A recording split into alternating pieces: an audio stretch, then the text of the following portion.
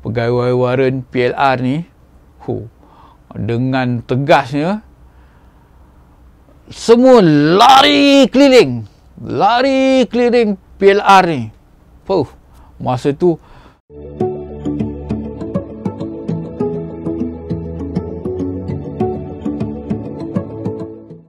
Assalamualaikum warahmatullahi wabarakatuh. Welcome to my channel, Nat Ahmad. Terima kasih kepada yang telah subscribe channel ni.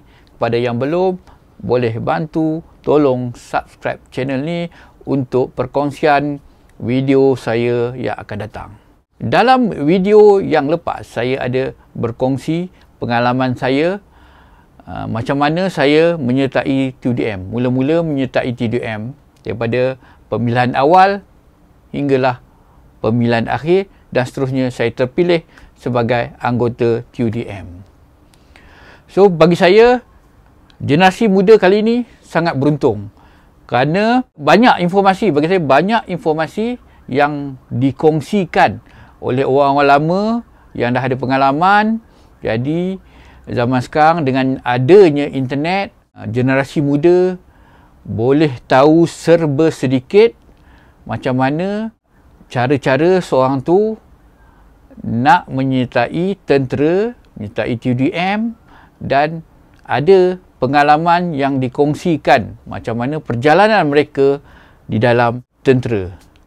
Berbeza dengan saya dulu yang bila masuk tentera je tak tahu. Sebenarnya masuk TUDM ni tak tahu sebenarnya macam mana training, macam mana kerja, apa kerja. Kekurangan ilmu pada tu sebenarnya tak mengurangkan semangat kami, cuma ada sikit kejutan lah sebab kita tak tahu macam mana tentera tu training, melainkanlah kalau seseorang tu dia ada saudara mara, keluarga dia yang dah menyertai tentera, serba sedikit dia boleh tahu.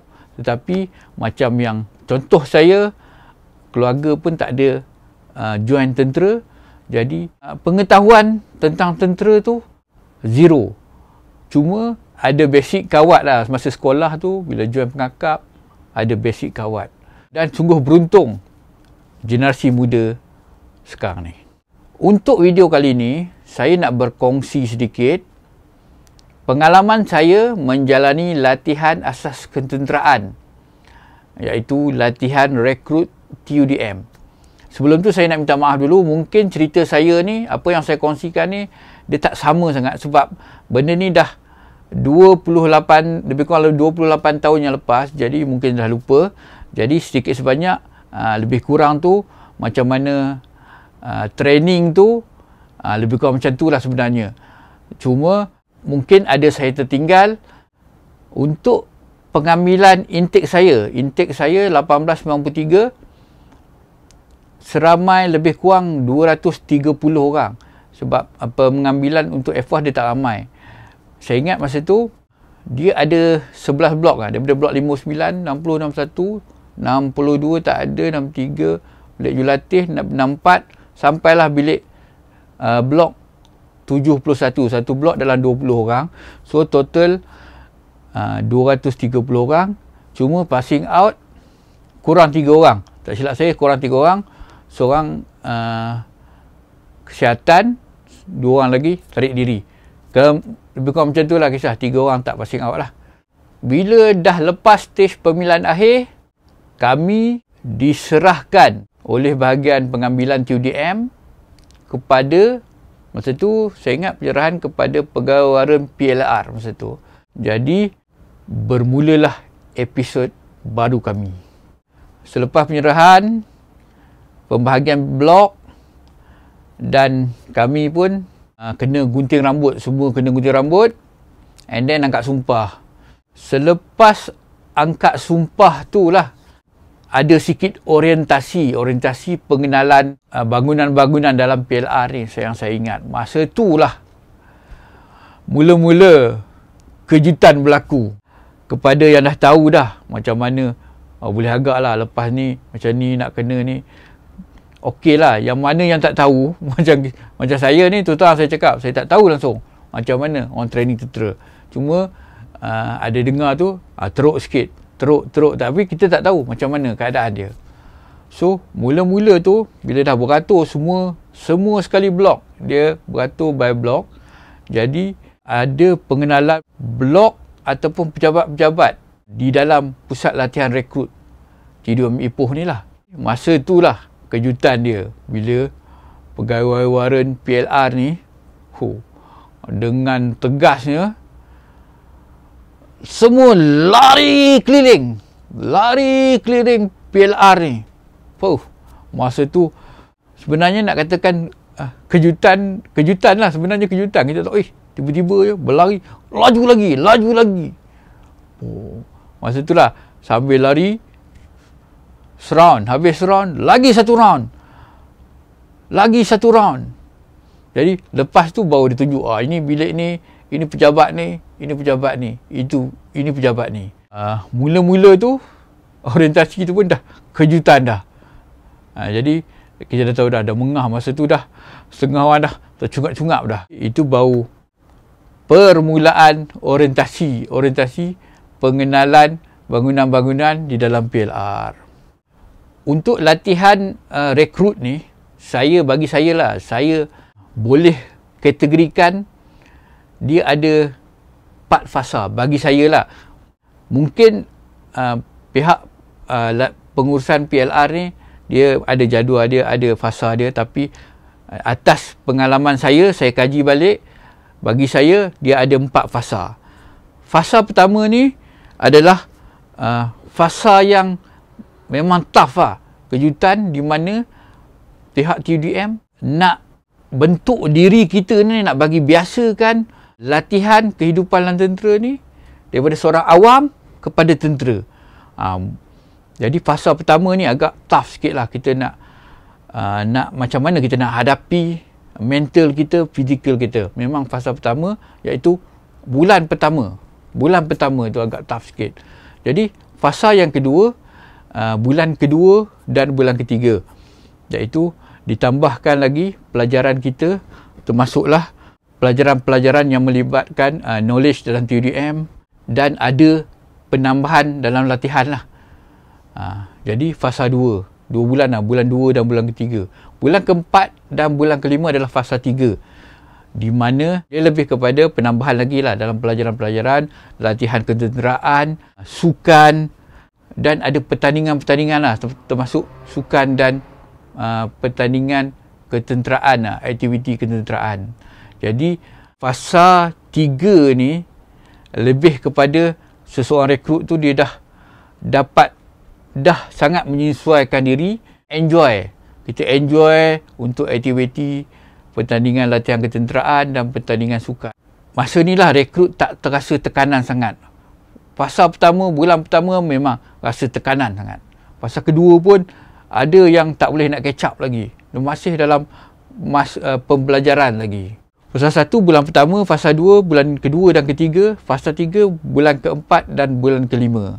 Fasa keempat adalah bulan yang terakhir lah, sebulan yang terakhir ni lebih kepada persiapan untuk tamat latihan. Mula-mula bulan yang pertama, mula-mula kita nak jalani latihan rekrut ni, fasa ni lebih kepada banyak kejutan lah. Sebab masa pemilihan akhir tu, kita semua ditempatkan di dalam blok yang sama juga, blok yang di dalam PLR tu juga, dan in charge blok tu pun selalu datang dekat blok tu. Jadi masa tu perwatakan dia baik. Jurulatih masa pemilihan akhir dia tak kacau, relax, cakap, cantik kan.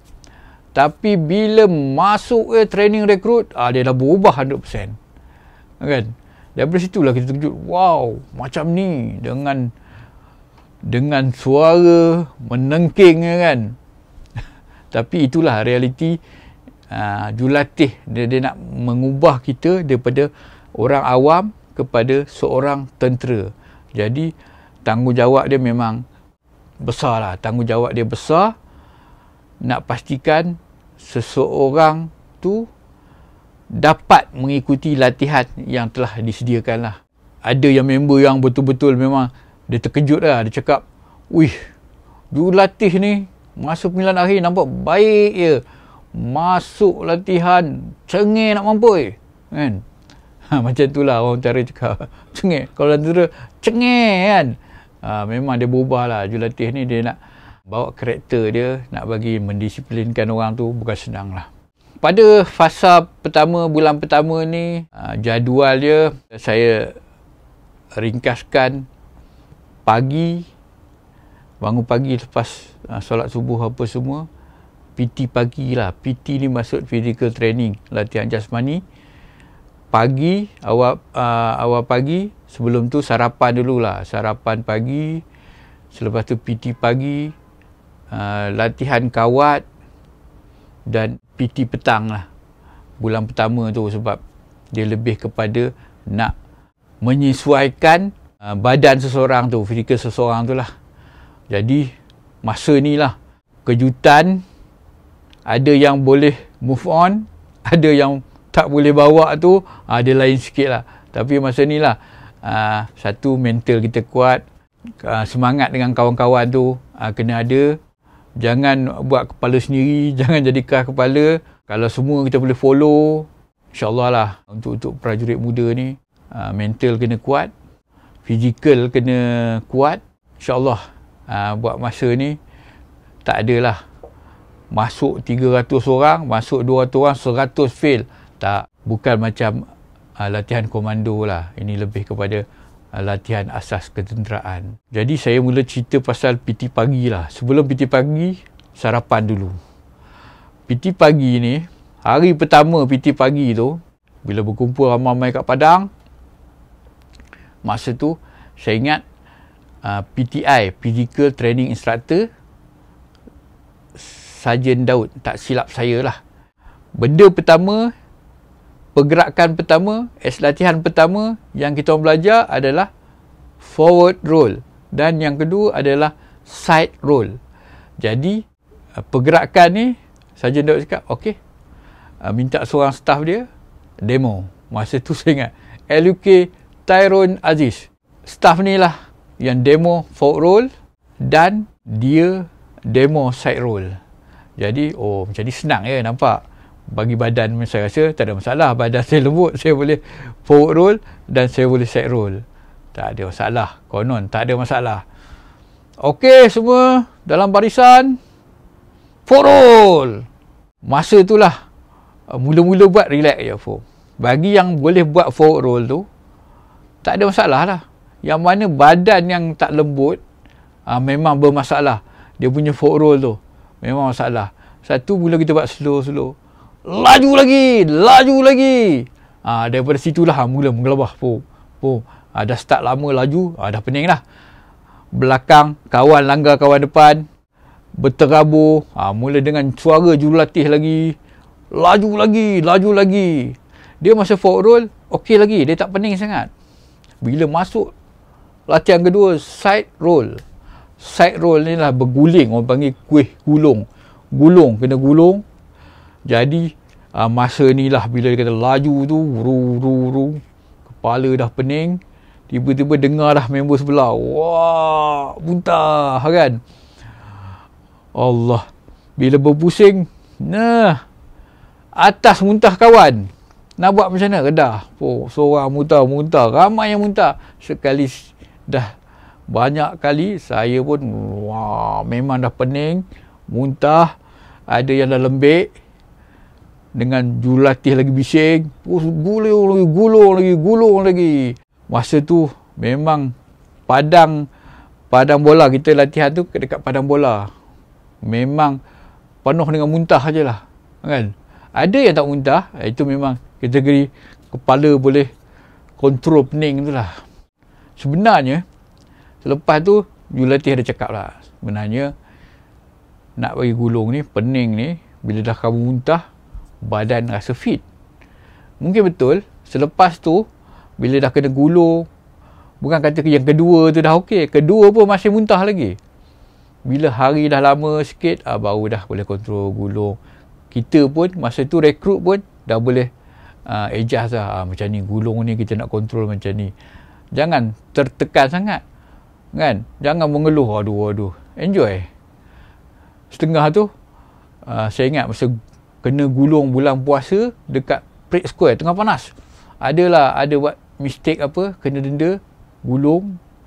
Sekali masa tu bulan puasa, selawat lah, subhanallah, alhamdulillah, wala ilaha illallah, wallahu akbar. Relax, yang tengah panas atas Parade Square. Bayangkanlah masa tu kan. Tapi benda kalau kita buat dengan keadaan kita dah switch kita punya mental tu, relax, tak ada masalah sebenarnya.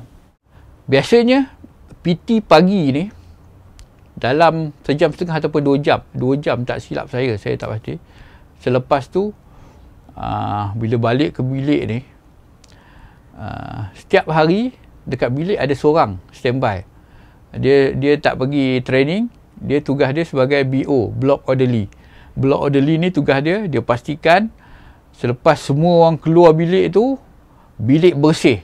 Maksud dia cuma touch up lah. Sebelum ni rekrut semua, kemaskan katil, kemaskan loker, sapu sampah, semua tu dah biasa. Jadi cuma Block Orderly ni dia pastikan blok bersih. Susunan katil tu kena straight lurus. Dalam semasa kita rekrut semua pergi training, ada jurulatih yang datang buat inspection blok. Kalau blok kotor, tak kemas, sakit lah. Jadi tugas Block Orderly pula masa tu, dia akan sediakan air lah. Dia buat air untuk member-member dah habis training, minum air lah. Jadi selepas tu, habis PT pagi, ada masa berapa, setengah jam tak silap, untuk kita siapkan diri ke latihan kawat. Cuma masa mula-mula ni, PT pagi masa zaman saya dulu, pakaian dia tak sama macam sekarang. Sekarang ni lebih cantik, lebih kemas, dengan pakai t-shirt bercollar dan seluar track panjang lah. Masa zaman saya dulu, orang panggil pakaiannya PT bodoh. Baju, t-shirt celoreng dan seluar pendek. Kasut sukan jenis bata, yang tapak hijau ada tapak merah tu kan. Jadi itulah pakaian kita orang masa mula-mula bulan pertama PT pagi dan latihan kawat kaki. Masa tu selepas tu pergi latihan kawat kaki pula. Pakai pakaian yang sama. Saya masih ingat mula-mula tu kita pakai pakaian yang sama lah, PT tu. Latihan kawat kaki ni sebenarnya bagi yang dah biasa, sebagai contoh, kalau ada pengalaman masa sekolah lu, kadet polis, kadet tentera. Saya pula masa tu ada pengalaman masa Form 1, Form 2, Form 3 tu ada pengalaman pengakap. Jadi kawat tu lebih mudah, cuma cabaran dia panas. Satu, cuaca masa tu dah panas. Di Parade Square, padang kawat, panas dia lain macam.